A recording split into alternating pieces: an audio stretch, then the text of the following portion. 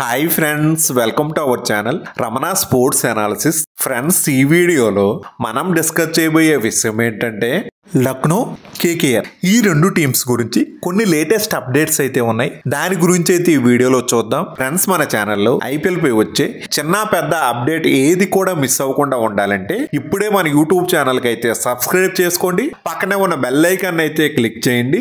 మరెందుకు late friends, ఈ వీడియోలోకి అయితే వెళ్ళిపోదాం.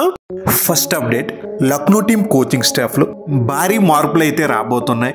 ఫార్మర్ టీమిండియా బౌలింగ్ కోచ్ అయిన భరత్ అరుణ్ ని రాబోయే 2 ఏళ్ల కాల పరిమితిలో వాళ్ళ టీంకి కొత్త బౌలింగ్ కోచ్గా ఎల్ఎస్జీ టీంకి సంవత్సరం అంతా ఫుల్ టైం ఎల్ఎస్జీ బౌలర్స్ కోసం వర్క్ చేయాలని ఆ టీం ఓనర్ అయిన సంజీవ్ గోయంకా తనతో ఒక ఒప్పందం చేసుకోవడం అయితే జరిగింది.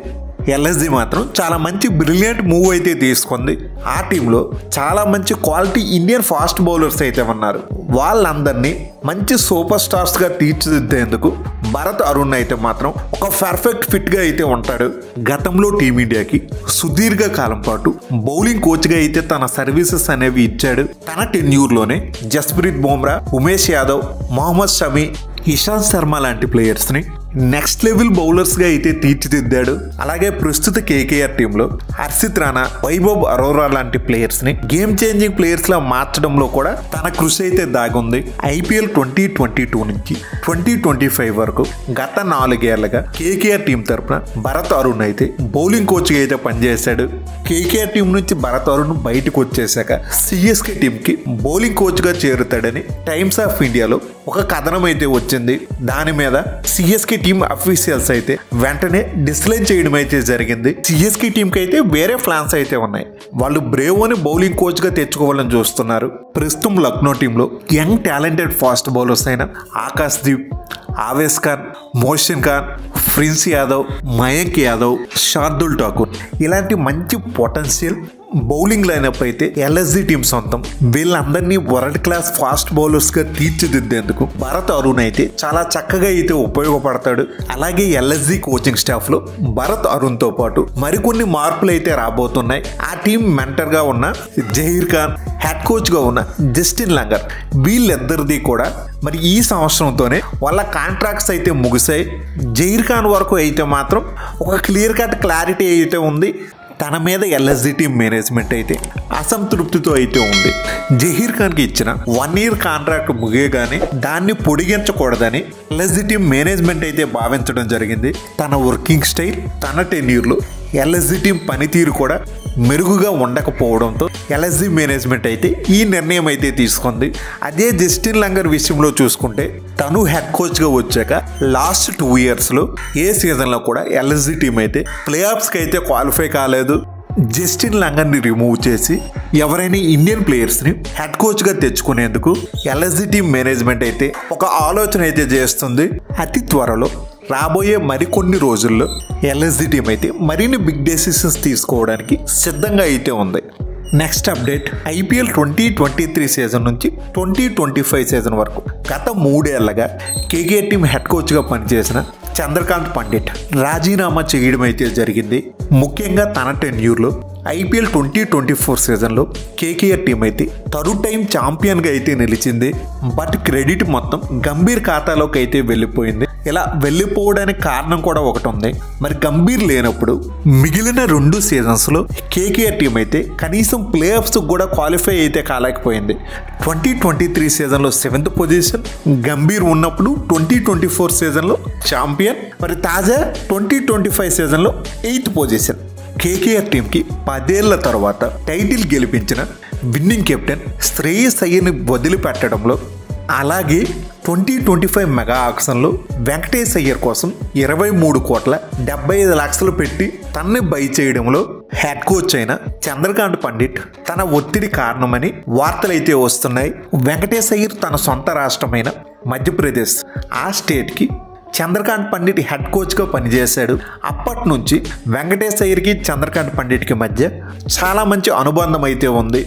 దానివల్లే మెగా ఆక్షన్లో తనకి అంత ప్రైజ్ పెట్టి కొనటం నుంచి వెంకటేష్ అయ్యర్ని వైస్ కెప్టెన్ చేయడం వరకు చంద్రకాంత్ పండిట్ పాత్ర అయితే ఉంది. చంద్రకాంత్ పండిట్ కోచింగ్ టెన్యూర్లో కేకేఆర్ టీం చూసుకుంటే మొత్తం 42 మ్యాచ్లు ఆడి 22 మ్యాచ్ల్లో విజయం అయితే సాధించింది. 18 మ్యాచ్ల్లో అయితే ఓడిపోయింది. మరొక 2 మ్యాచ్లు అయితే ఫలితం అయితే తేలలేదు. అలాగే చంద్రకాంత్ పండిట్ కోచింగ్ స్టైల్ కూడా చాలా డిఫికల్ట్గా అయితే ఉంటుంది. ప్లేయర్స్ అందరితో కూడా చాలా స్ట్రిక్ట్గా అయితే ఉంటాడు.